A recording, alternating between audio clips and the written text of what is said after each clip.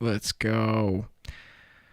One of my children definitely messed with the old mixer over here. So if there's anything wrong, you can blame them. All right.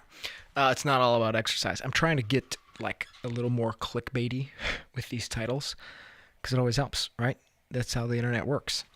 Got to get your attention to get you to click on something and force you to listen. So it's not all about exercise. Kind of a weird thing for me to say.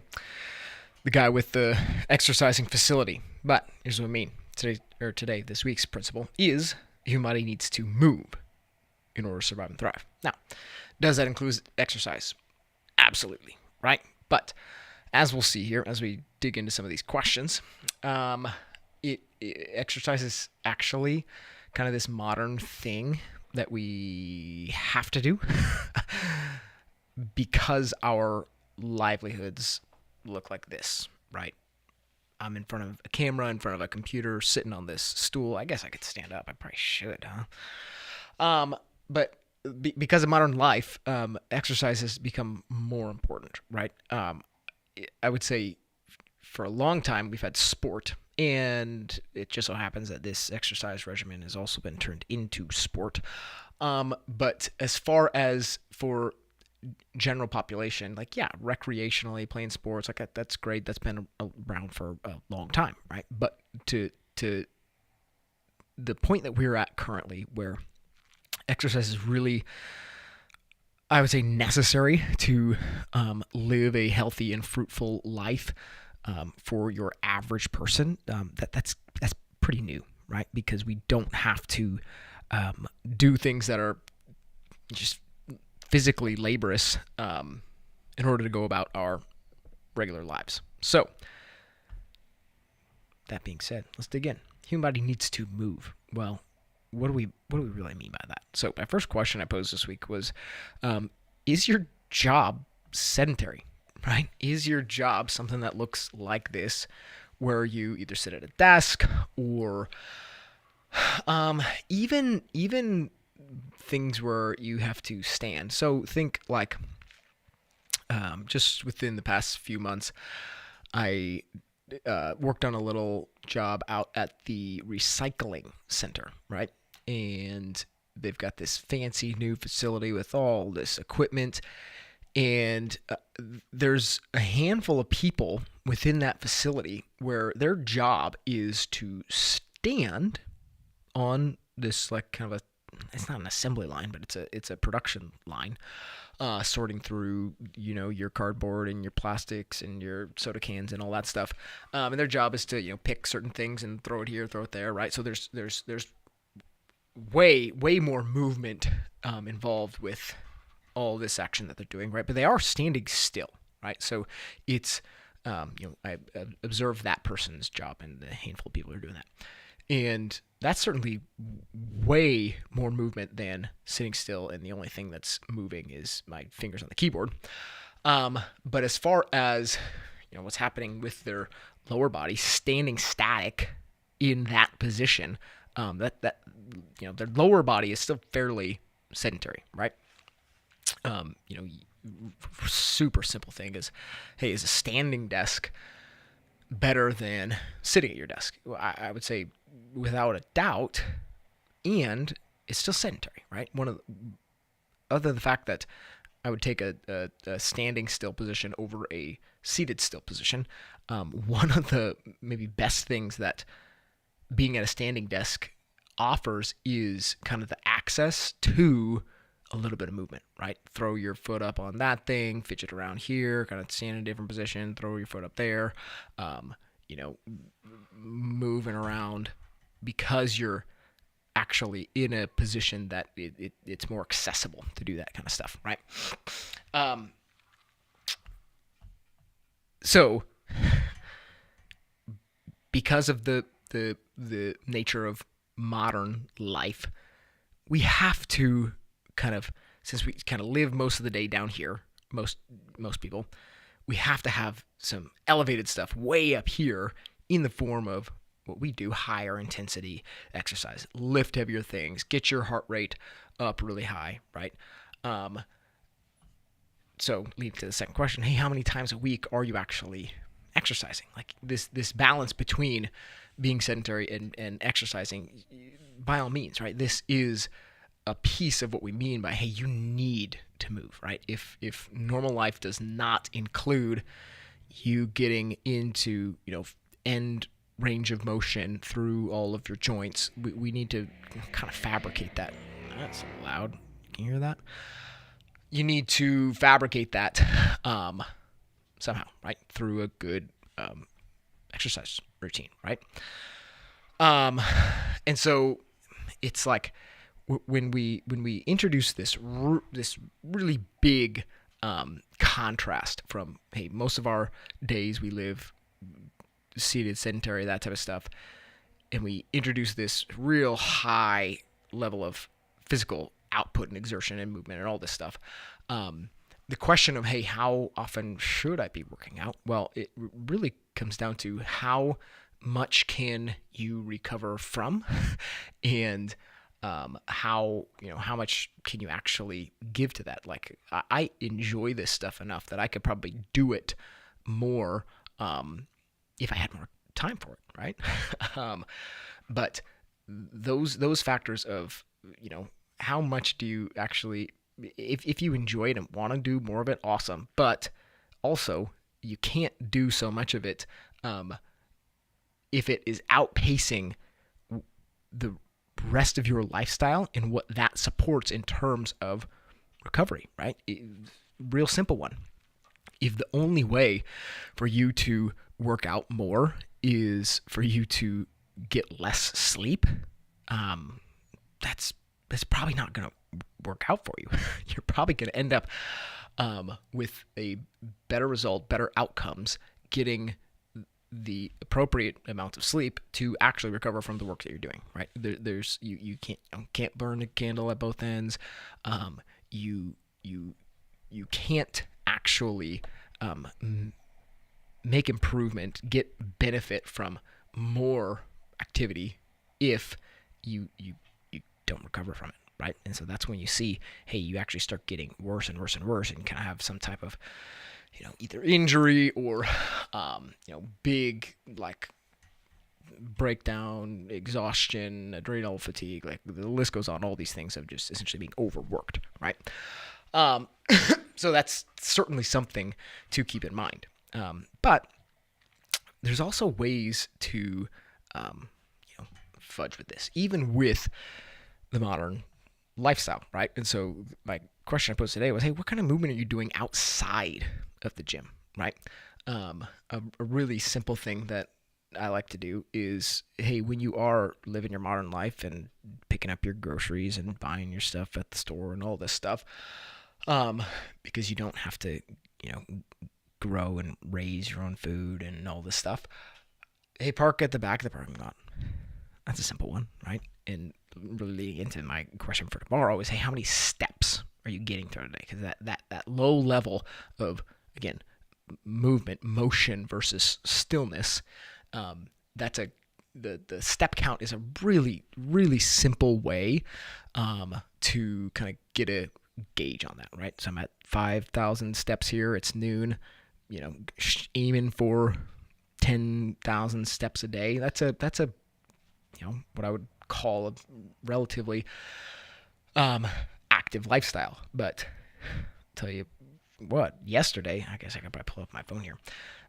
Yesterday, I don't even know if I hit this many steps throughout the whole day, because I had to sit in my car and drive for 8 hours, and that's what my work, my job required me to do. And let's see here, data is great, right? I can just pull up my phone and click on this and scroll back to yesterday. Yeah, 5,240 steps, right? So a super low activity day, right? Didn't work out a lot of times on a Wednesday, so that was yesterday.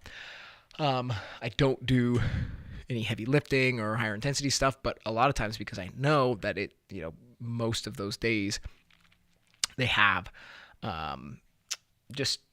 that lower activity level. I'm probably going to spend a lot of time on my computer, yada, yada, yada. I like to get a good run or a walk even in and just accumulate some of those steps and get just some lower level, lower intensity movement in to kind of balance some of that stuff out. And because I know that, hey, even though my body needs some rest and recovery from lifting heavy and pushing my heart rate really high and this sort of stuff, the lower level activity, I can accumulate a whole lot of that. It not only is not going to contribute to the greater need of recovery, actually, a lot of times I find that it assists, right? It assists in that recovery. For example, I got out of my car after sitting literally still for almost 8 hours straight, and like my legs felt terrible. Like it was one of those feelings where it's like my legs don't work. I told somebody this morning, it's similar to the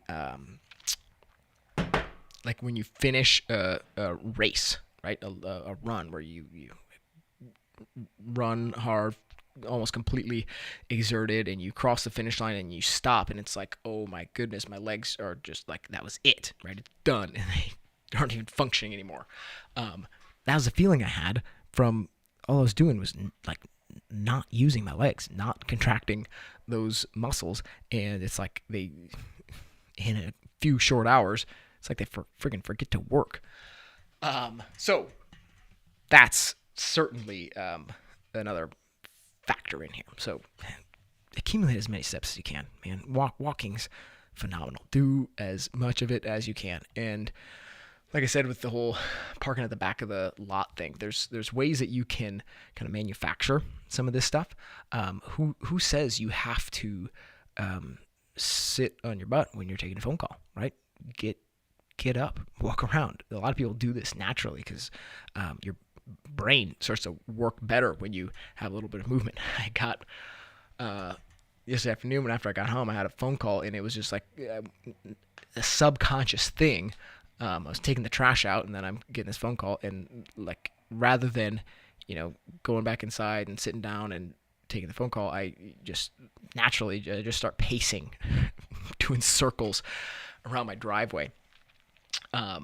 It's a subconscious response that's actually like keeping my mind engaged with that additional movement, blood flow, whatever the heck is happening there. I've looked at studies on this and whatnot. I can't regurgitate that back to you, but I know that one of the things that it shows is, hey, yeah, actually your brain function is better when you're doing that thing. It's a natural thing your body wants to do. Get up and move a little bit when you're engaging in that way. So movement. It's not all about exercise, right? Movement, period, is kind of this first thing. Now we know that exercise is not only important as this kind of separator between the modern sedentary lifestyle, but it's also this way that we can build a hedge against some of the negative outcomes of aging, right? You build muscle mass, you build strength, and how risky is a fall, right? How risky is a fall when you have the capacity to, squat hundreds of pounds? How risky is a fall when you can do 100 burpees, right? Get yourself on the floor and get back up again. The chasm between you falling and hurting yourself, but the chasm between that and you having the capacity to do something like 100 burpees, let's say, not even aggressively, like let's say in 10 minutes, right? 10 burpees in a minute. That's not a outlandish goal for most any healthy person, right? There's super fit people who can do it in half that time, right? Just think about the how much has to really degrade if you've built up to that capacity and maintain that capacity as long as you can over the years of your life. The time it would take for you to get down to the point where you can't even fall and get yourself back up off of the ground, That's what we're talking about here, right? So, exercise is great. Dare I say necessary, and a better way to put this, probably optimal, right? I would say it's optimal for you to challenge yourself in that way. But we're going to talk about the physical challenge aspect here in a couple weeks. So, yeah, move, guys. All right. So, some workouts this week. Oh, I'll throw myself under the bus here as far as our workout today. But still prepping for the Open, right? Monday we did kind of this grinder of a workout from 2017, dumbbell snatch and some burpee box jump overs. I remember the first time I did this workout, I think it was the first time that I've ever done that single arm dumbbell snatch. That was a fun one. So anecdotally for me, it's a fun one to be able to repeat and see almost a 2-minute reduction on my time. Let's do some quick math here. Oh, let's say what is 13 over 15? So about a 15% improvement over. Man, so much math over, what is that, 7 years? So that's kind of cool, right? That's one of the fun aspects of doing things that are, like Greg Glassman said, it was observable, measurable, and repeatable, right? It's essentially we're doing science here. These are kind of all experiments of, hey, when you define fitness as work capacity across broad time and modal domains, and then you set up parameters that are observable, measurable, and repeatable. Essentially, everything we do in here is it's a science experiment, and we're collecting data. And when we have occasions like this where we can repeat something, we can say, hey, this is by the book, by the data, without argument, an expression of greater fitness, right? I was able to move that dumbbell and move my body through those ranges of motion faster than I was able to, 15% faster than I was able to 7 years ago. And that's pretty awesome, right? Like, I enjoy being able to look at that type of stuff, but it's also,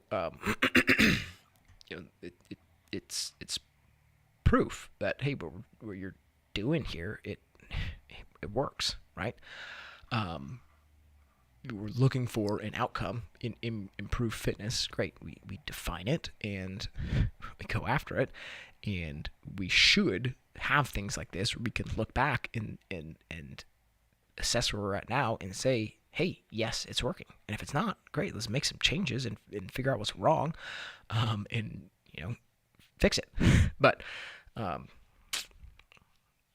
in my case, hey, it's working. What else we do this week? Gnarly toast bar workout the next day. Okay, so today I'm gonna throw myself under the bus here. So sometimes, when I'm writing workouts, I've got a certain intent in mind, and whether it's just like a quick oversight on my part or not doing it, it's like sometimes it doesn't quite work out, right? So I wrote this workout today, some wall walks and some rowing, and I wanted it to be a longer aerobic effort, right? I didn't want it to be a crazy high heart rate type of thing. But I wanted you to be able to kind of settle into a moderate pace and do it for a longer amount of time. Okay, so the way I had this workout structured was ascending reps of wall walks, 2, 4, 6, 8, 10, 12, and calories on the rower in between after those sets. And started out this morning, had 20 calories in there. Well, that was going great.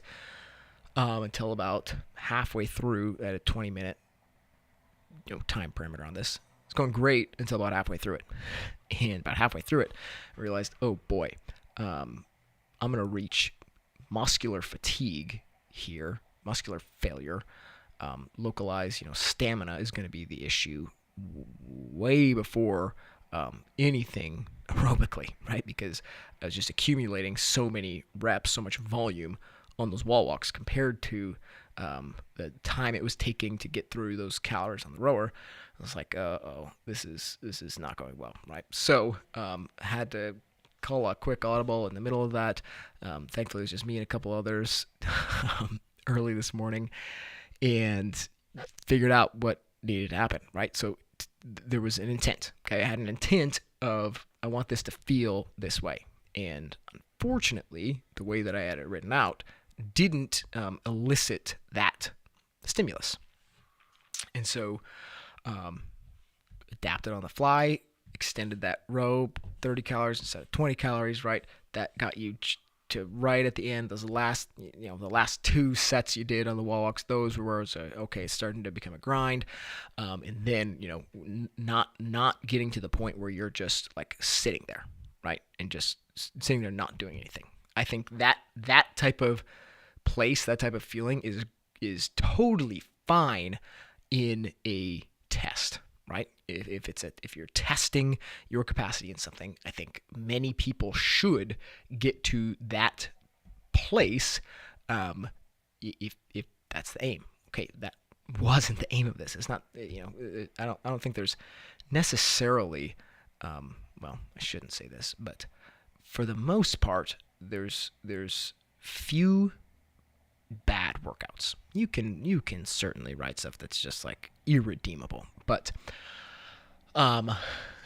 above that threshold of stupidity, we'll call it, there's not necessarily like that issue coming to muscular fatigue. That's not a bad thing per se, but with my intent of, hey, this is what I wanted to happen here, it was off, right? And so that's what made it a bad workout. It's the fact that it didn't hit the thing that I wanted it to hit. And so it's gonna happen, right? I've been around doing this stuff for over 10 years now, and been able to observe and kind of fine tune and understand how to elicit certain responses. And today was just a miss, right? It's just a miss. Thankfully got it corrected, and I was only one of a couple that had to deal with my oversight there, but kind of a funny little thing from this morning. All right.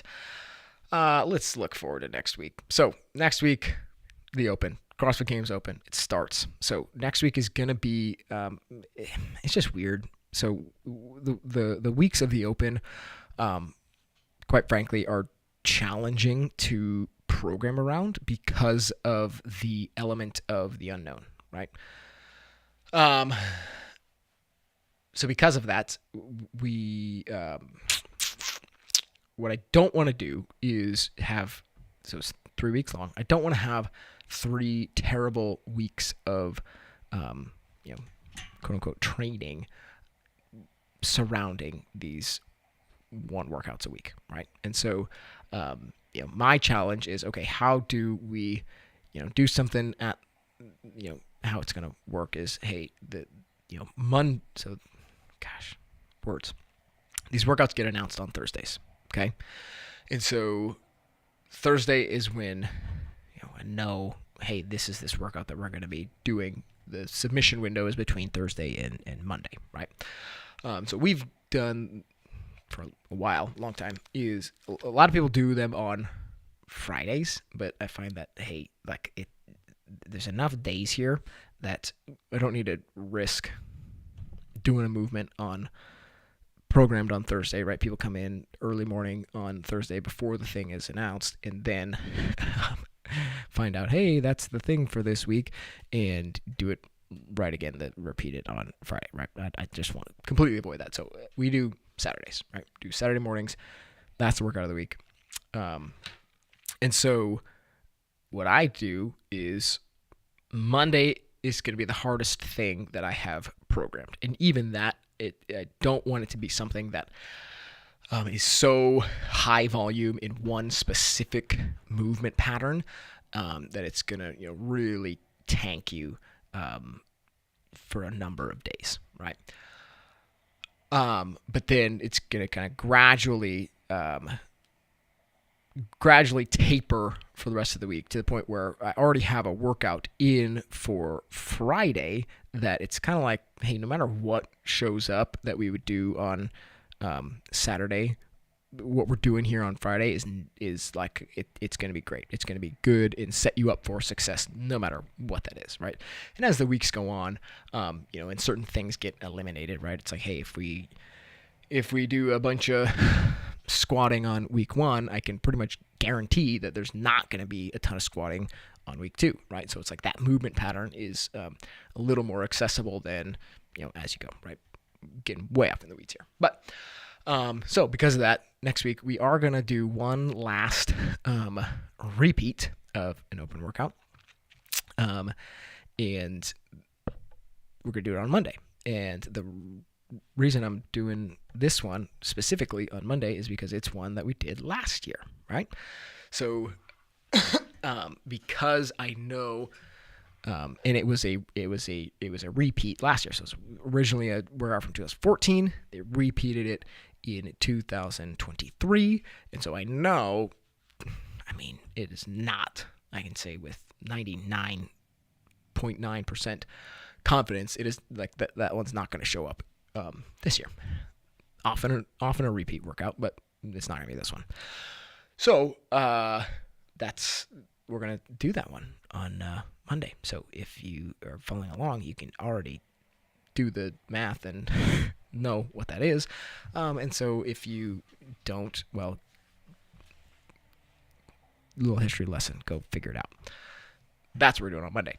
And then kind of as the week progresses, like I said, none of these workouts are intended to, and I don't even want to say intended. None of these are going to give you that type of like, I dug a huge hole that I got to recover my way out of type of stimulus, to taper towards being able to give 100% effort Saturday morning. So, excuse me, I'm signed up for the real deal because I think it's fun. So we've got a handful of dudes who do it for fun here, not actually signing up. A few do, but a lot of us just enjoy the kind of extra level of competition. So it's obviously a standardized test. So what that means, kind of above what we might do on a normal day, is everybody's going to do the exact same thing, right? So when it says, hey, you got to do 50 toes to bar, well, that means you need 50 reps where your toes make contact with the bar, right? And so on a normal training day, this kind of gets back to my little gripe with myself for the workout today. We're way more looking towards the stimulus that's going to have, right? Toes to bar. That's a movement that a lot of people can do. They can touch their toes to the pull-up bar, kind of by any means necessary, right? A lot of people can accomplish that work. But to do a workout where there's 50 of them right in a row, and we're looking for, again, a specific stimulus, we're looking for you to be able to move through those in a certain amount of time, well, now that's a different story, right? And this gets into why we say everything is infinitely scalable, okay? We can use a different range of motion, different movement, not movement pattern, but a different range of motion, different loading, and we can get you through, that set of that movement with the amount of effort that we want it to take, right? And in the amount of time that we want it to take. So that you get a certain, again, stimulus, you get a certain response from your body for that work being done. Well, this is one of those times, these tests, where we, in some ways, throw the training out, right? This is like game day. This is, hey, show us what you got, right? And so this is where, you've got a set of 50, and hey, there's some people who can do 50 of those unbroken, but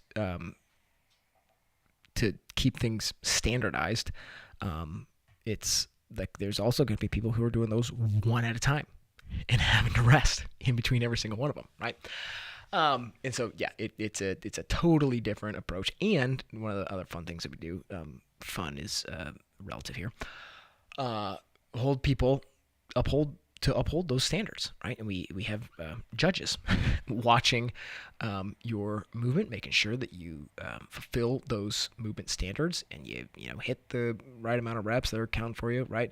And so yeah, it upholds those standards, but what it also does is it puts you in a different spot, right? It allows you to only be concerned with your effort, right? If somebody else is making sure that you're going through full range of motion and somebody else is counting your reps, it's a unique spot to be in when all you got to think about is go, right? All you got to think about is do the work. And that's unique, and I think it's a good thing for pretty much anybody to experience. So CrossFit Games Open next week. We are literally 1 week away from that announcement. I get excited about it. It's fun. And then next Saturday we'll actually hit it. All right, I think that's all I got. Golly, I thought I was being quick, and now we're 30 minutes in. If you're still listening, you're a trooper. Great. Catch you guys later.